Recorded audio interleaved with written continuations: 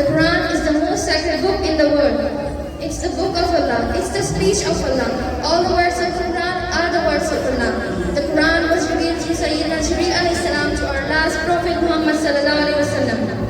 There are 114 chapters that consist of more than 6,000 verses. The Quran was revealed within a period of 23 years in Mecca and Medina. Dear comrades, the Quran is the only ever-living miracle and guidebook for all living beings, as Allah subhanahu wa ta'ala says in Surah Al-Baqarah, chapter number 2, verse number 185. هُدًى لِلنَّاسِ وَبَيِّنَاتٍ مِنَ الْهُدَى وَالْفُرْقَانِ, as guidance for mankind and as clear signs that show the right path and distinguish between the right and wrong. Dear audience, the major divine books are four.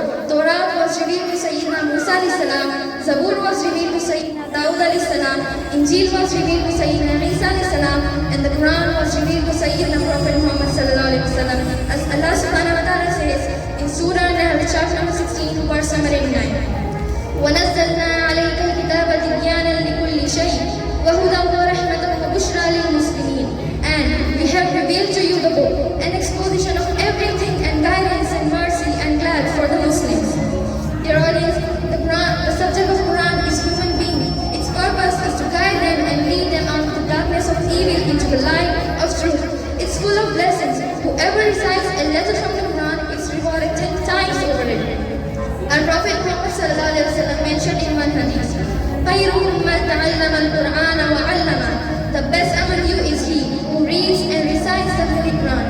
In another hadith, our Prophet Muhammad sallallahu alaihi wasallam said on the occasion of Hajjatul Wada, I leave here among you the book of Allah. If you get hold it firmly, you will never deviate. Dear comrades, the Quran has come down to us in one complete form.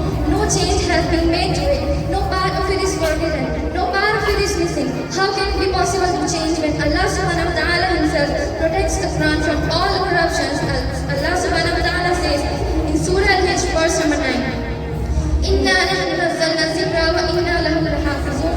Certainly we have sent down a message which will assuredly protect from corruption.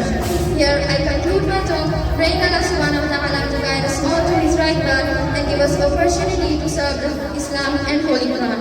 Ameen. Wa akhiru da'wana alhamdulillahi rabbil alamin.